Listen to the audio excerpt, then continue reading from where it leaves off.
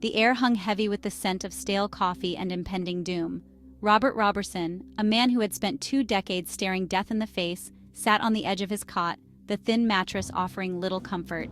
His heart pounded against his ribs, a relentless drumbeat in the silence of his cell. He clutched a worn Bible, his knuckles white, his lips moving in silent prayer. Outside, the machinery of justice ground on, indifferent to the storm of emotions raging within him. Today was execution day in Texas, and Robert Robertson was scheduled to die for a crime he swore he didn't commit. The clock ticked down, each second an eternity. Robertson thought of his daughter, Nikki, her infectious laughter echoing in the corridors of his memory. He thought of the day she died, a day seared into his soul, a day that had transformed him from a loving father into a condemned man. He had been convicted of her murder, the prosecution's case hinging on a diagnosis of shaken baby syndrome. But Robertson knew the truth. He loved Nikki with every fiber of his being. He would never hurt her. Years of appeals had been exhausted, each one a flicker of hope extinguished. The legal system, once his only hope, now felt like a monstrous weight, crushing him beneath its implacable wheels. His family, his anchors in a sea of despair, clung to the wreckage of their lives, their faces etched with grief and exhaustion. As the final hour approached, a sense of weary resignation settled over Robertson. He had fought for so long, but the fight was draining away, leaving him hollowed out and empty. He closed his eyes, his hand tightening around the Bible. He had made his peace with God. Now, all he could do was pray for a miracle. He had spent countless hours poring over legal documents, searching for a glimmer of hope in the labyrinthine world of the law. He had written letters to anyone who would listen, proclaiming his innocence, begging for someone to see the truth. But his pleas had fallen on deaf ears. The system had branded him a murderer, and now it was coming to collect its due. As the minutes ticked by, a strange calm descended on him. He had faced his own mortality, stared into the abyss, and emerged on the other side. He was ready. He was at peace. He would meet his fate with dignity, his head held high, his faith in God unshaken. The world might believe him a monster, but he knew the truth. And in the end, that was all that mattered.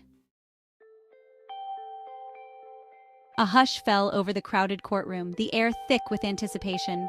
Lawyers, reporters, and spectators leaned forward in their seats, their gazes fixed on the imposing figure of the judge.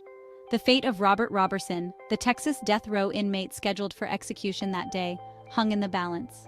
Time had seemed to stand still since the news broke that an 11th-hour appeal had been filed, a last-ditch effort to halt the execution and grant Robertson a stay. The atmosphere crackled with tension as the judge, her face etched with the gravity of the moment, delivered her ruling. In light of the new evidence presented, she announced, her voice echoing through the silent courtroom, and in the interest of justice, a stay of execution is hereby granted in the case of the state of Texas versus Robert Robertson. A collective gasp rippled through the room. Robertson's family, their faces etched with years of anguish and uncertainty, erupted in tears of relief and disbelief. His lawyer, a seasoned attorney who had fought tirelessly for her client's freedom, allowed herself a small smile, a flicker of triumph in her eyes. The news of the stay spread like wildfire, a beacon of hope piercing the darkness that had enveloped the case for so long. What had seemed like a foregone conclusion, the inevitable march of a broken system towards a miscarriage of justice, had been thrown into disarray. The legal battle was far from over, but for now at least, Robert Robertson had been granted a reprieve, a chance to prove his innocence and reclaim his life. The stay of execution, granted just hours before Robertson was scheduled to die, sent shockwaves through the Texas legal system. It was a stunning turn of events, a testament to the perseverance of Robertson's legal team and the unwavering belief of those who knew he was innocent. The new evidence, uncovered after years of relentless investigation, cast serious doubt on the shaken baby syndrome diagnosis that had been the cornerstone of the prosecution's case. The courtroom, moments ago a crucible of despair, now buzzed with cautious optimism. The fight was far from over, but for the first time in years, there was a glimmer of hope, a sense that justice might prevail. Robertson's supporters, their spirits buoyed by the unexpected victory, vowed to continue their fight to ensure that the truth, no matter how long it took to uncover, would ultimately set him free. The years had etched themselves onto their faces, lines of worry and sleepless nights telling a story of heartbreak and resilience. Robert Roberson's family, bound by blood and unwavering love, had endured the unimaginable, watching a beloved brother, son, and father languish on death row for a crime they knew he didn't commit. They had navigated a labyrinth of legal complexities, their hopes raised and dashed with each appeal, each setback a fresh wound on their souls. Jennifer Roberson, Robert's sister-in-law, became the family's spokesperson, her voice a mix of steely determination and raw emotion as she addressed the throng of reporters gathered outside the courthouse. "For 20 years," she said, her voice trembling with barely suppressed grief, "we've been living this nightmare. 20 years of knowing in our hearts that Robert is innocent, that he would never hurt his own child." She spoke of stolen birthdays, missed milestones, and the agonizing pain of watching a family torn apart. She spoke of Robert, the brother and uncle they knew, a man of faith and quiet strength, a man who loved his daughter beyond measure. "He's not the monster they painted him to be," she pleaded, her eyes filled with tears. "He's a victim of a terrible injustice." The weight of their ordeal was evident in their weary eyes, the toll of years spent fighting an uphill battle against a seemingly indifferent system.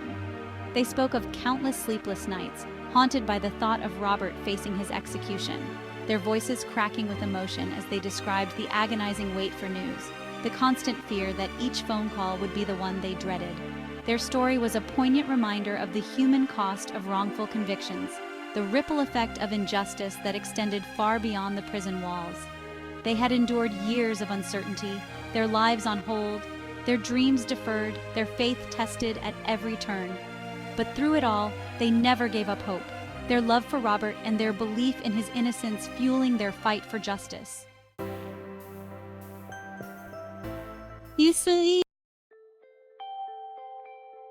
In the face of adversity, sometimes a change of heart can be the most powerful weapon. As stories unfold and truths come to light, individuals find themselves driven by a newfound purpose. They channel their experiences into a relentless pursuit of justice, becoming beacons of hope for others. This transformation, though often born from pain, fuels a fight that is both personal and universal. It's a testament to the resilience of the human spirit and its unwavering quest for fairness and equality. The diagnosis of shaken baby syndrome has, for years, been a controversial and heavily debated topic. Families and medical professionals alike find themselves at odds, grappling with the complexities and implications of such a diagnosis. It's a challenge that requires not only medical expertise, but also a deep understanding of the nuances involved. As more cases are scrutinized, the call for a more thorough and just approach grows louder. It's a battle for clarity, justice, and ultimately, the truth. Every flawed system leaves behind a trail of human suffering. The impact extends beyond statistics and case files, touching the lives of real people in profound ways. Families are torn apart, individuals are wrongfully accused, and the emotional toll is immeasurable. It's a stark reminder that behind every case number is a person whose life has been irrevocably changed. The human cost is a sobering reality that underscores the urgent need for reform and compassion within our systems of justice. In the realm of medicine, certainty is often a guiding light. But what happens when that certainty crumbles under the weight of new evidence? The once unshakable foundations begin to tremble, raising questions that demand answers. It's a moment of reckoning where the infallible becomes fallible, and the truth, well, it must be re-examined. Amidst the labyrinth of legal complexities, a beacon of hope emerges. It's a glimmer of light that guides the lost and weary through the intricate pathways of the law. For those ensnared in its web, this beacon represents a chance at redemption, a possibility of justice, and a promise that, even in the darkest of times, hope can prevail. In a rare convergence, lawyers, lawmakers, and families find themselves united by a single, undeniable truth. Their shared mission transcends personal interests, bringing together diverse voices in a harmonious pursuit of justice. It's a powerful testament to the strength of unity and the unyielding belief that truth, above all, must prevail. Beyond the ominous shadow of death row, the quest for justice continues. It's a journey fraught with challenges, yet driven by an unwavering commitment to uncover the truth. For those who seek it, justice is not just a destination, but a relentless pursuit, a beacon that shines even in the darkest corners, illuminating the path forward.